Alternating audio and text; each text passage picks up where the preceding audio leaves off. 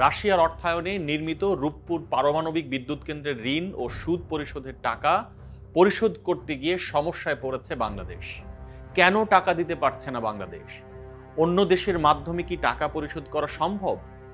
নির্দিষ্ট সময়ের মধ্যে কি বাংলাদেশ পারবে রাশিয়ার ঋণ পরিশোধ করতে? এসব জানবো আজকের স্টার নিউজ প্লাসে।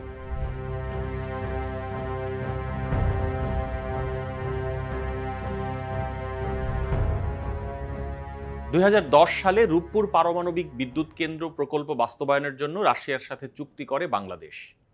2400 মেগাওয়াট বিদ্যুৎ উৎপাদনের সক্ষমতা সম্পন্ন এই প্রকল্পে খরচ ধরা হয় প্রায় $12 বিলিয়ন। এর মধ্যে প্রায় $11.5 বিলিয়ন রাশিয়া দিচ্ছে সফট লোন হিসেবে। এখন পর্যন্ত এই প্রজেক্টটি বাংলাদেশে সর্বোচ্চ ব্যয়ের প্রজেক্ট। এই ঋণের সুদের পাশাপাশি 10% অগ্রিম বাংলাদেশ পরিশোধের কথা থাকলেও 1 বছরেরও বেশি সময় ধরে সে টাকা পরিশোধ করা সম্ভব হচ্ছে না। মূলত ইউক্রেনে আগ্রাসন শুরু করার পর রাশিয়ার উপর নিষেধাজ্ঞা আরোপ করে যুক্তরাষ্ট্র সহ পশ্চিমা বিশ্ব। নিষেধাজ্ঞার কারণে অন্তত 10টি রাশিয়ার ব্যাংক সুইফট সিস্টেম ব্যবহারে নিষিদ্ধ হয়। সুইফট মূলত মেসেজিং নেটওয়ার্ক সরবরাহ করে, যার মাধ্যমে আন্তর্জাতিক লেনদেন করা হয়।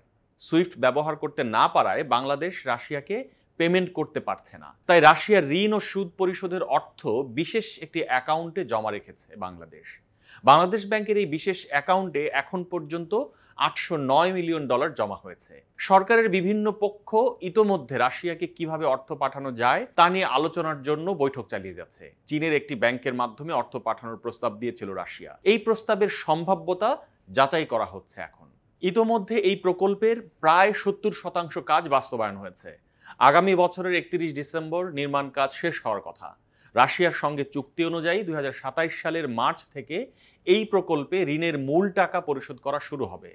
এদিকে চলতি বছরের 5 আগস্ট শেখ হাসিনার নেতৃত্বাধীন আওয়ামী লীগ সরকারের পতনের পর ক্ষমতায় আসে অন্তর্বর্তীকালীন সরকার।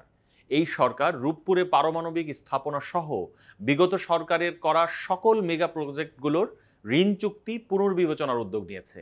সম্প্রতি অন্তর্বর্তীকালীন সরকার এই মেয়াদ 2029 সালের মার্চ পর্যন্ত বাড়ানোর প্রস্তাব করেছে।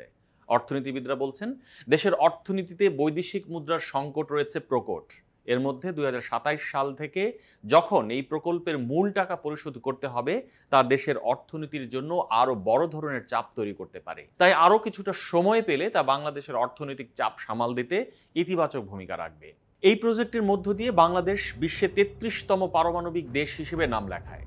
তবে এই প্রজেক্টের পরিবেশগত দিক ও ব্যয়ের পরিমাণ নিয়ে নানা ধরনের আলোচনা সমালোচনা রয়েছে। কারণ প্রাথমিকভাবে এই প্রজেক্টের যে খরচ ধরা হয়েছিল, শেষ পর্যন্ত তার খরচ 3 গুণেরও বেশি হচ্ছে। এই ধরনের বড় প্রজেক্টগুলোতে অর্থের কি ধরনের অপচয় হয়েছে সেটি খতিয়ে দেখতে পরিকল্পনা করেছে অন্তর্বর্তীকালীন সরকার। যদি অপচয় পাওয়া যায় এবং তসরুপ পাওয়া যায়, সেক্ষেত্রে এসব কাজে যারা জড়িত ছিল তাদের বিরুদ্ধে কঠোর শাস্তিমূলক ব্যবস্থা নেওয়ার দাবি অর্থনীতিবিদদের। ডেইলি স্টারের আপডেটেড নিউজ এবং ভিডিও পেতে আমাদের ইউটিউব চ্যানেলটি সাবস্ক্রাইব করুন, ফেসবুকে লাইক দিন, কমেন্ট করুন, শেয়ার করুন। সুস্থ থাকুন, ডেইলি স্টারের সঙ্গে।